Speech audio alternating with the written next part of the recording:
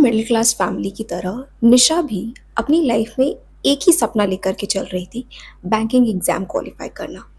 Being a girl उसे हमेशा यही बताया गया कि बैंकिंग जॉब लड़कियों के लिए सबसे सेफ ऑप्शन है। और उसने कॉलेज खत्म होने के बाद अपना पूरा कंसंट्रेशन बैंकिंग में लगा दिया। वो थोड़ी सी टिमिड थी, थोड़ी सी कॉन्फिडेंट कम थी, बट उसने अपना पूरा एफर्ट अपनी बैंकिंग की प्रिपरेशन को दे दिया। साल दर साल वो प्रिपेयर करती गई, बट हर बार किसी ना किसी वजह से वो रह जाती। कभी एक नंबर से, कभी 1.5 नंबर से, कभी पॉइंट्स में, तो कभी इंटरव्यू तक पहुंचती और वहां पे रह जाती। इन सारी चीज़ों से निशा इतना टूट चुकी थी कि उसके फाइनल अटेम्प्ट में उसने फाइनली उस रिजल्ट को देखा जिसे वो बिल्कुल नहीं देखना चाहती थी। उसका लास्ट अटेम्प्ट और रिजल्ट फिर भी सेम, नॉट सेलेक्टेड। निशा 30 साल की हो चुकी थी और जब से उसने प्रिपरेशन शुरू करी थी, हर साल वो अपनी पूरी जान लगा देती। सुबह से रात तक पढ़ाई करती, फेस्टिवल्स मिस किए, शादियां मिस करी, फ्रेंड से मिलना भी बंद कर दिया, सोशल मीडिया बंद कर दिया। उसे लगता था बस एक सिलेक्शन और मेरी पूरी जिंदगी बदल जाएगी। लेकिन जिस दिन रिजल्ट आया, उसका नाम लिस्ट में नहीं था। वो सिर्फ एक और फेलियर नहीं था, ये उसका लास्ट अटेम्प्ट था। उस दिन निशा सिर्फ एग्जाम में नहीं फेल हुई थी, वो जिंदगी में फेल हो गई थी। उसे लगा जैसे उसकी पूरी आइडेंटिटी ही खत्म हो चुकी है। रिजल्ट देखने के बाद बस वो खामोश बैठी थी।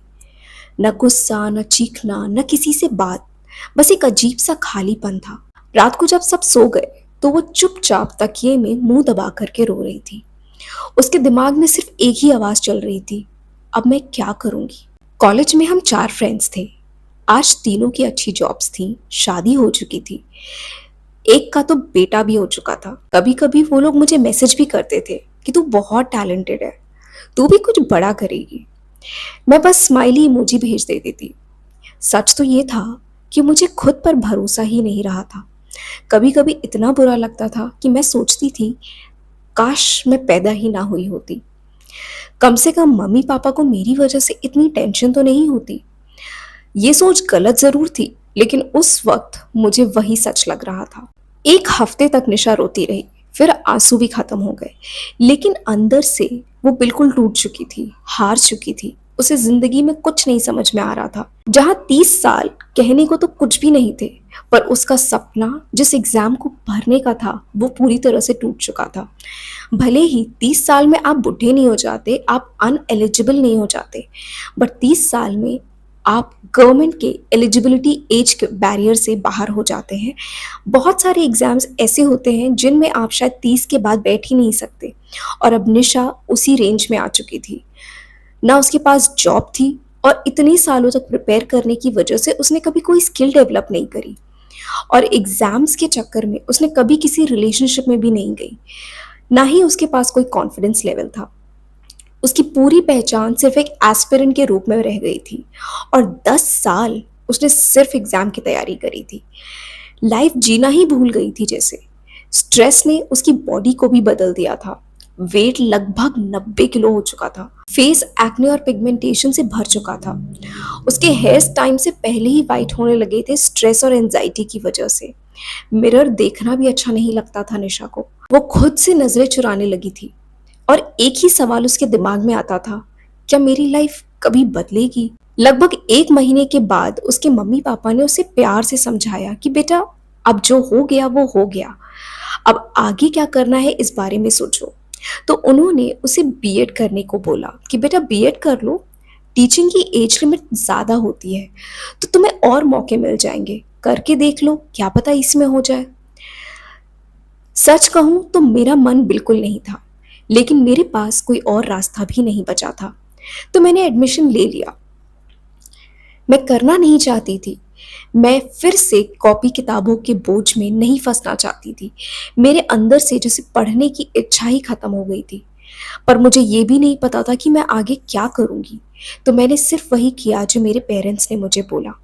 अब ये रास्ता सही हो या गलत मुझे नहीं पता, पर अब करना मुझे वही है जो मेरे पेरेंट्स मुझे कहेंगे। कॉलेज पहुंचकर उसे अगला झटका मिला।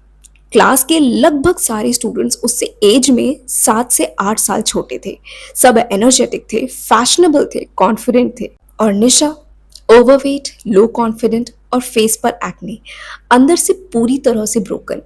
लेक्चर चल रहा होता लेकिन उसके दिमाग में सिर्फ यही चलता कि मैं यहाँ बिलोंग नहीं करती।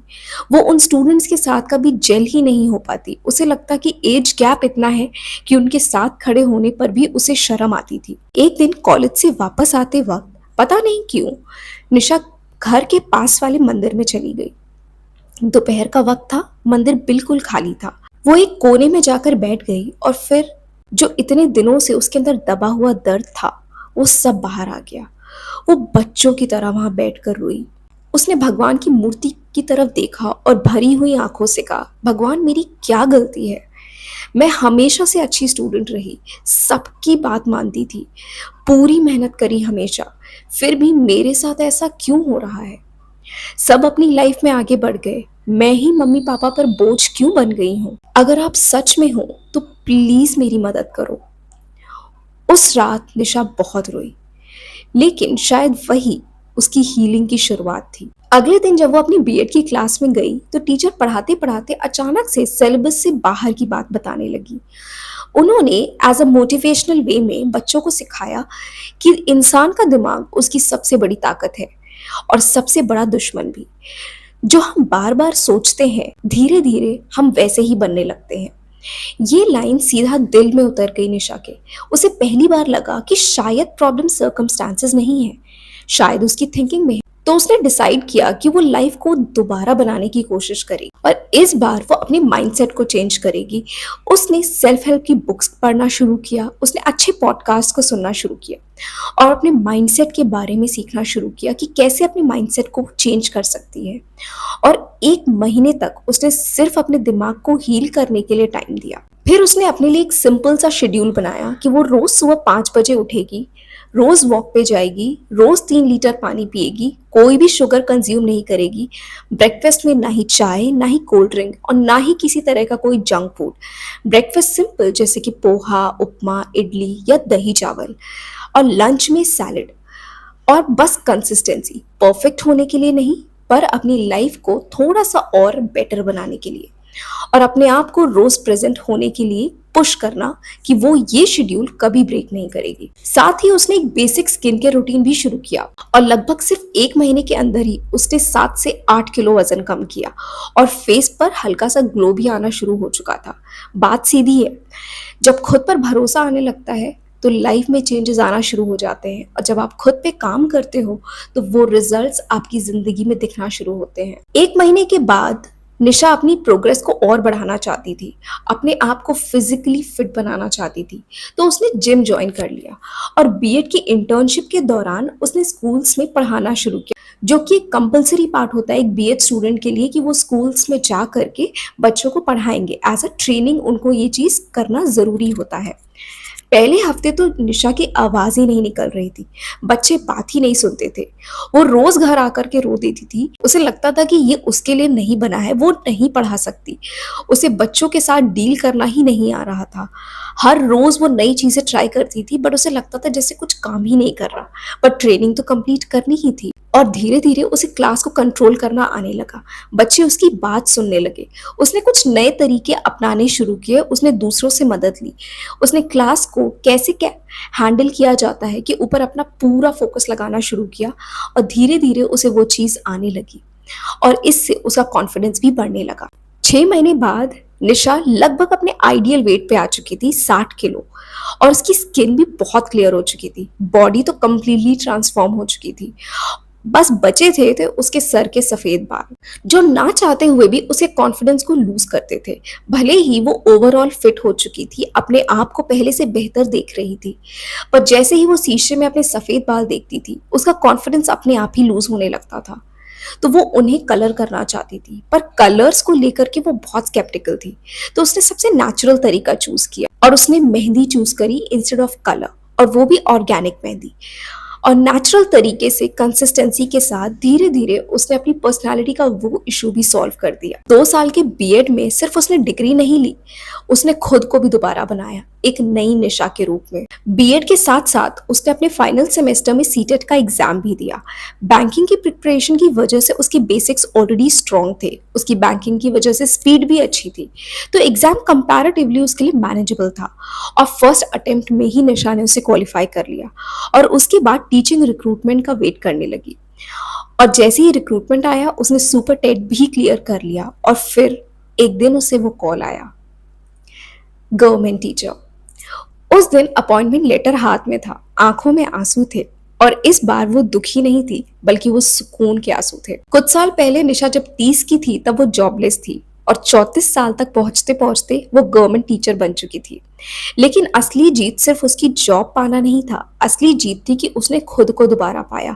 उसका कॉन्फिडेंस, उसकी हेल्थ, उसका पीस, सेल्फ रिस्पेक्ट। और इस पूरी जर्नी के दौरान निशा के साथ एक और अच्छी चीज़ हुई कि उसकी फैमिली ने उसके लिए एक अरेंज्ड मैरिज के लिए लड़का ढूंढा एंड फॉर्चुनेटली वो लड़का बहुत अच्छा था और निशा को देखते ही उसे उसकी पर्सनालिटी बहुत अच्छी लगी, उसकी स्ट्रेंथ उसे दिखी और आज निशा प्रोफेशनली भी सेटल्ड है और पर्सनली भी, और वो अपनी दोनों ही पोजीशंस में बहुत खुश है। निशा ने अपनी लाइफ में एक बात समझ ली कि जब हम खुद को इम्प्रूव करते हैं तो सिर्फ बॉडी नहीं बदलती, सोच बदलती है, एनर्जी बदलती है, अपॉर्चुनिटीज बदलती है और धीरे धीरे पूरी लाइफ बदलने लगती है। अगर आप भी 30 साल के फेज में फंसे हुए तो ये याद रखिए कि हो सकता है आपका पहला सपना पूरा ना हो पाया, लेकिन इसका मतलब ये नहीं कि जिंदगी खत्म हो गई। कभी कभी भगवान हमें उस रास्ते से हटा देते हैं जो हम चाहते हैं ताकि हम उस रास्ते पे चल सकें जो हमारे लिए एक्चुअली बना होता है। जो बीत गया उसे बदला नहीं जा सकता, लेकिन आज से आप क्या करते हैं वही आपका अगला चैप्टर लिखेगा। और यकीन मानिए कभी कभी एक डिसीजन एक नई जिंदगी की शुरुआत कर देता है। कई बार हम अपने फेलियर्स से इतना डर जाते हैं, वो फियर हमारे अंदर इतना डीपली घुस जाता है कि हम नए रास्तों को देख ही नहीं पाते, या फिर हमें ऐसा लगता है कि जीरो से शुरू करने से बेहतर है कि मैं कुछ भी ना करूं। और ये हमारा डर होता है जो हमें लाइफ में आगे बढ़ने से रोकता है। और हमारे जो कांस्टेंट फेलियर्स होते हैं ना, जो ज़िंदगी भर हमें मिल रहे होते हैं, जो हमने इतने सालों तक उस फेलियर्स को देखा होता है, इट इज़ नॉट बिकॉज कि हम बेटर नहीं है, इट्स नॉट बिकॉज कि आपकी प्रिपरेशन में कमी है। कभी कभी कुछ चीज़ें हमारे लिए शायद नहीं सही होती, हम नहीं जान पाते, बट कोई है जो हमारा फ्यूचर हमसे बेटर जानता है। सो अपने करंट सिचुएशन के लिए सॉरी मत फील कीजिए, बल्कि अगर कुछ चीज़ आपके लिए काम नहीं कर रही है तो ये सोचिए हो सकता है आपके लिए कोई बेहतर रास्ता हो, बस आप इस समय अपने स्ट्रेस और अपने फियर में उस नए रास्ते को देख नहीं पा रहे। सो अपने स्ट्रेस और एंजाइटी को एक पल के लिए भूल जाइए और देखने की कोशिश करिए कि क्या एक नया रास्ता आप चुन सकते हो। या हो सकता है आपको इस स्टोरी के ज़रिए ये पता चल जाए कि आप अपनी एग्जिस्टिंग प्रिपरेशन में क्या कमी रख रहे हो सकता है आप पेपर सिर्फ इसलिए नहीं क्वालिफाई कर पा रहे कि आपके पास कॉन्फिडेंस की कमी है, या हो सकता है आप प्रैक्टिस की कमी हो, या फिर पेपर देते वक्त आपके अंदर वो फियर आ जाता है कि आप उस चीज़ को ऑन द स्पॉट जब प्रेशर होता है एग्जाम का उस समय नहीं कर पाते। सो देर आर सर्टन थिंग्स जिनके ऊपर आप काम कर सकते हो। तो हो सकता है जिस एग्जाम की तैयारी आप कर रहे हो आप उसी को पालो, या हो सकता है ऊपर वाला आपको एक नया रास्ता दिखाना चाह रहा है जो आप अभी अपने डर की वजह से नहीं देख पा रहे। सो अपने आप के ऊपर भरोसा करना शुरू कीजिए, अपने कॉन्फिडेंस को बिल्ड कीजिए, खुद पे काम कीजिए, अपनी पर्सनैलिटी को इम्प्रूव कीजिए।